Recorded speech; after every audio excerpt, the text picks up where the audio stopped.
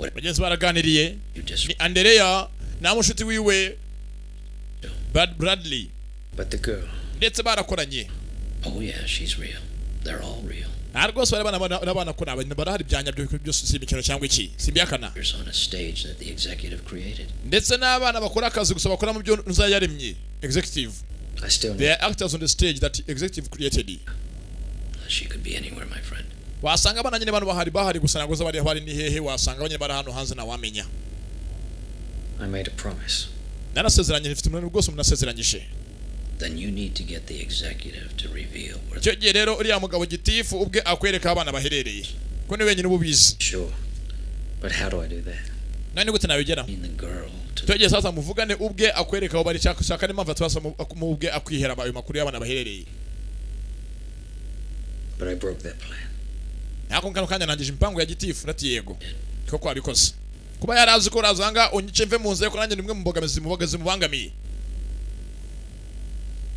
But they don't need to know that. Ariko ibyo ntabwo bakeneye kumenya ngo rwose bimureba. Bradley's activated his phone again. Of course he has. He wants us to know exactly where he is. Yazanye rwose yakumugeze byatinze. Kugira rwose abangaba mugenzi ati telefone yako yongeye isubizaho mu telefone bavugane bamubaze iki bamubaze uko icyapanga kigeze hehe. Bravo Bradley. Excellent work. Yego rwose Bradley wakoze akazi keza. Namenye ko umujyi wose ngo wawushyizeho wabuteye hejuru anose wigize akaraka ajya muri ica abantu ngo kumenya uko baherereye. Umva. Aborting the mission. You have uncompleted objectives, Bradley. Urabizi rwose Bradley yakugenda akazi kacu tarangije. Umva. You sent me. Namenye ko rwose nibyo nkoraga byose nzi ngo ndikoresha no kanya ubwo nabwo nane gukorera. Tried to make a deal for his life. Gusa nyine nageze kwa Ndere yambwiye ngo afite ko yama by'amakuru. Gave me some data. Ehe. That's interesting. Mbega byiza. Things it'll be when I make a dozen copies and send. Yama amakuru gusa amakuru yama mbanya arikozemo kopi nyinshi nka abanyamakuru benshi. Nawe yagukoraho. A pity for Andreas' daughter, for Anna's sister. Cyangwa bavuganye no Andrea yakubwiye ko bishotse wamushakira umwana ndetse ugashaka nawe umukobwa umwe urimo gushaka no tiwe ya. They mean nothing to me. Abakuri ngiye gose ntacyo bavuze nta n'ubusa kuri njye sibashaka no kubashaka. Bradley, that little rampage you just tore across two cities. Erega bateje intambara mu migirengo umwe. Hejuru koko y'imbeshu gusa howa indayiraho. We both hold something that each of us wants. Twembe muri kano kanya dufite icyo buri umwe akeneye. Ufite abakobwa nawe menya ko ufite amakuru yanjye ngo wahawe na Ndereya. Time and effort to simply exchange. Cyogiye cyose dupange onge naye rwose tukabona nasigaye tugurane ume nanjye ngo he. How do I know I can trust you? Sinzi uko nakwizera. You don't. Ntabwo ufite ko kunyizera birashoboka. Copy and distribute that information. Ariko nyine icyo gisasa ayo makuru nanjye ndashaka. He's gonna have to trust you. Ndetse nakeneye kenshi gusa Andrea yaranze kuyampa. Simple as that. I need proof before I show up anywhere. Sana cyo gose cyo sasa ndashaka kubanza me proof mbere ko tubonana manzi menye nyine ko bafite. Ntacyo ndabakwereka. I'm a merchant. Jacob Andreas was found dead this evening on the. Ntamye gose nizango byatinze. Ngeze batangaje ngo kugeza gose ngo Ndere yapfuye. Details. Ndetse gose ngo mukire muzinga Ndere ya gose uyu munsi yahuye. Bamusanze imbere ya hoteli ye yaguye hasi kuri etage yakangari yavuye yikubita hasi. And unconfirmed reports of Andreas being found apparently slain. Ariko wese yangiritse kujya no kuyisura utamenya yapfuye yarinde. His apartment. Yeah. They'll be waiting for you this time. They're not going to make the same mistake. Yes, rwose Ndere cyane muzima bwa kono ku ruhande ati kuri nshobora gukeneka kandi rwose nagwa bongeye kuba bakora ikosa. Baragushaka kuri muzima kugira ngo ibyo ufite kubaha. If I may. What got you into all this? Ndakugeza rwose bashaka kumurira ndakugeza bose bibaye ngombwa no gufasha. Does it matter? Nta kibazo rwose ndiyizeye. The executive has something they can use against you. Umva rwose niba uko gitifu nafite ikintu cyose yagushinja bukantu kagasaza cyo yagushyira agaragara. Kungu mujye kugenda intambara hagati yanyu mwembi. I've done some pretty terrible things in my life. Nakoze byinshi bibi mu buzima bwanjye. I always believed it was for a just cause so I could live with it. Ndetse rwose basi Jessica muri mwana muto mutabaye basi byatuma nanjye mbaho numva ko ari ikintu kintu kizima nakoze. Now when I look in the mirror all I see is just another murderer. You danced with the devil, my friend. Musore muto muri kano kanya meze ngorimo urabyina mu mbyino ubyina na shitani. You dancing with the devil, my friend. I can make right the things I've done wrong. Ariko nicyo gihe sasa najya ngire ibyo ngorora nari naragoramishije mbikire mu nzira nzima. Maybe I can make some atonement, do some good. We nacyo gihe nanjye nihane ngaruke ibuntu mvi buzimu. This is your penance. That was your weakness. nyine yarakubeshye ngo ajya kubera umubyeyi cyo gisasa nicyo cyajyaga cyaguca intege. That's what the executive will hold against you. Ndetse nicyo cyo nicyo mbere yanakoresha mu byo kora byose kugira ngo utapfa kuba wamwihorera azi ko umukunda kandi kumwizera cyane. Any other way? There is no other way. They have my daughter and the girl you're looking for. Nanjye muri kano kandi bamfitiye umwana ndetse n'abagomba gufite umukobwa urimo gushaka. I'm asking you to bring both of them back. Bajya bose bagarure. Just means more death. Zengo cyasa agiye kongera gupfa abandi bantu ndetse nakundi. Remember, my friend. So yibuke ko Death himself is an angel. n'urupfu ubwarwo ni marayika. Neza mane magambo muri makeya na Rusoferi yahoze ari marayika. Menya ko icyo mugiye guhangana kitoroshye. Ubuzi nka gitifu mwiza ni kano kandi asaza byo kwereka ko ahemuka. Ndetse n'ibishoboka nawe yakwica. Judge thou my cause. Nge ashemuta umugoranye n'umwana ajya bajyana ubwo amenye ko gitifu nta mikino agira. Nareba barende igendera. I'm going to need some supplies. Nyeneye ko bishobotse nahabwa ibikoresho supplies. Habwa imbunda n'ibindi nk'ibyo bikeneye mu kazi. My contact is. Ibyo byo navuganye n'afite ku bigo. Ibyo byo mugenzi biraho tugiye babisangayo. Ibyatinze. Feli ya mbere byaze muri London barahageze. Mugenzi ni Andrea Anduru nanu za mugenzi mushuti. Bradley Daniels na Jeff Fahy. 45 minutes at the most. Karesho ngibanga birahari. Cyogeze aza muhure gusumenya ko mu gihugu abo sugiye mu ntambara witonde wirinde. Kiranga telefone irasona. Proof. Do you have access to The net. Aho ngaho ari internet nkwerekesha ko abo nyakamba afite. Wako na mashusho. Y'abakobwa ebyiri byose umwana wa Andrea nawe kakana bisango ni Jessica Biel. Means nothing. Inacha bivuze. Been recorded anytime. Wasanga amashuri afashe igihe cyose. Wewe ni ibyanyabyo. Are you reassured now, Bradley? Do we have a deal? Ese Bradley, je nawe deal yacu yo iracyakomeza cyangwa wayihagaritse? Urame ibyo mananye ngwibyo ushaka? Yeah. Yego. Yeah, we've got a deal. Ndabyemeye dukorane. 6 Monaire, 8 p.m. Bahanangwa amasaha bahurira oya. Ndiyizira njye ubwanjye. Nabwo amagara ushaka hose kuza. Do you think you're in a position to bargain? Ajya ko temeka no kanya mwanya wo kuba wavuga wogu kumoka. Walk through a door you're holding open for me. Then what do you suggest? No ushaka iki? Alternative. And you expect me to walk through a door that you were holding open? Chenye gwasa kwanje bamaga nkazo ushaka kujya nkoze musire muto ntabwo apfa nyago byashoboka twese dupanga twese wenda. Twapanga bishobotse ejo. Ole ubwo twahurira. Dore bamasanga hano rakoze. That's acceptable. Sana kibazo.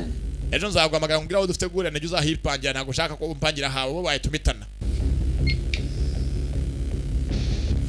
Namwize yashobora ngo duhurira nawe ugasanga ubugiye wose yahageze kare yiteguye. Sere muto wirinde. Byatinze. Ya, sasa ku ruhande. Aruwazaga. Mucyakare mu rukerera. Abyutsa agenda. Ni Bradley.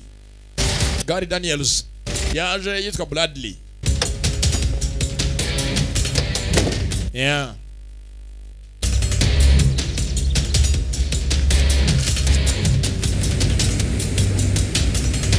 So yaje na handi. Yenswe akaje. Yenza hari ageze. Okay, Bradley, we're breaking off now. Bradley mukano kandi cyaza babwire baze. Nanya kumza ngucungire. Sanda byumva. Good luck.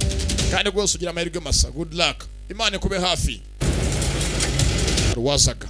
Mukire. Here, Bradley.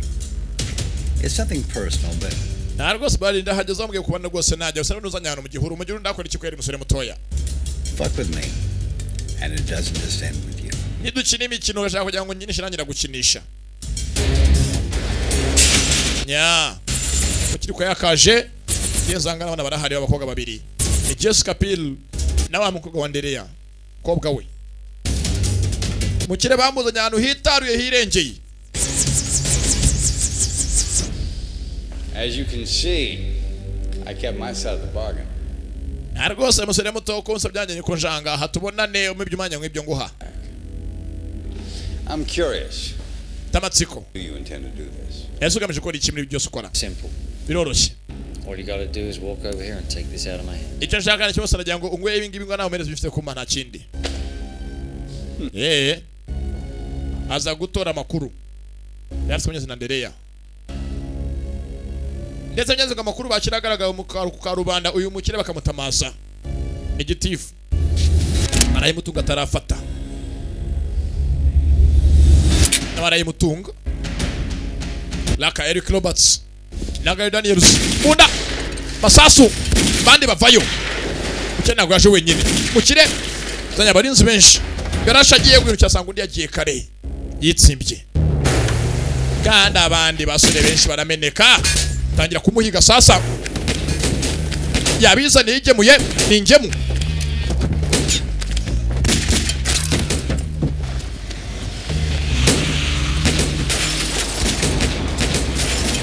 yigemuye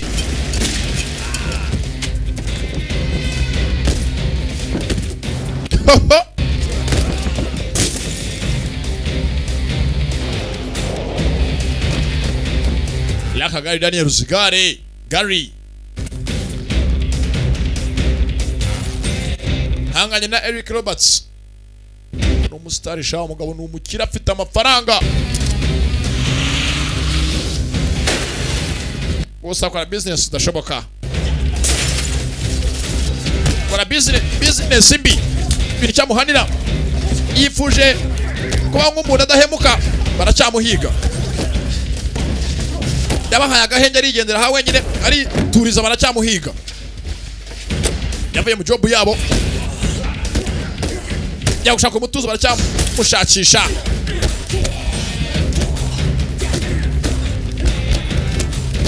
yifuje umutuzo banze kuwumuha cy'abahora bandi bavayo bagasi boni benshi bose amagaja bagasi benshi Laka Gary Daniels Danieli bagasi boni benshi ba boss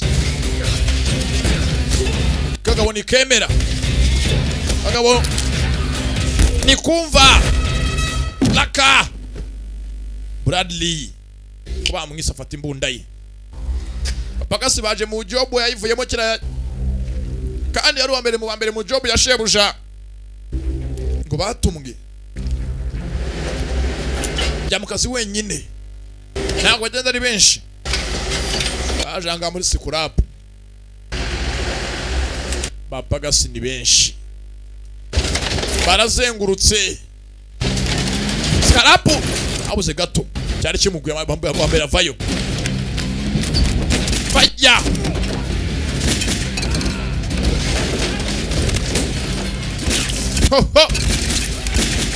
sasa imwe n'igikorwa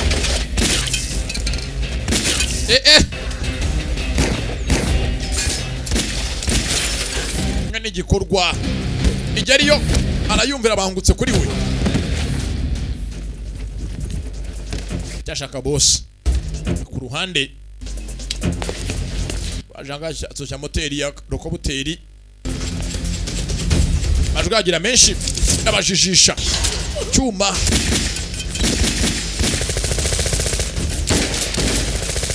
Laka Gary rimwe kwa mujinga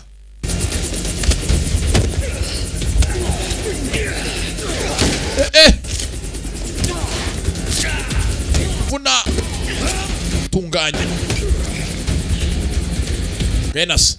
Wena nanga sasa arakize kiaminiyo paka siba muzee arauhafa aracyacunga rebe nimba bo yangaje ari ushoboye wapi ntacyo bashoboye angaha kanza kuva kwizima ndacyagaha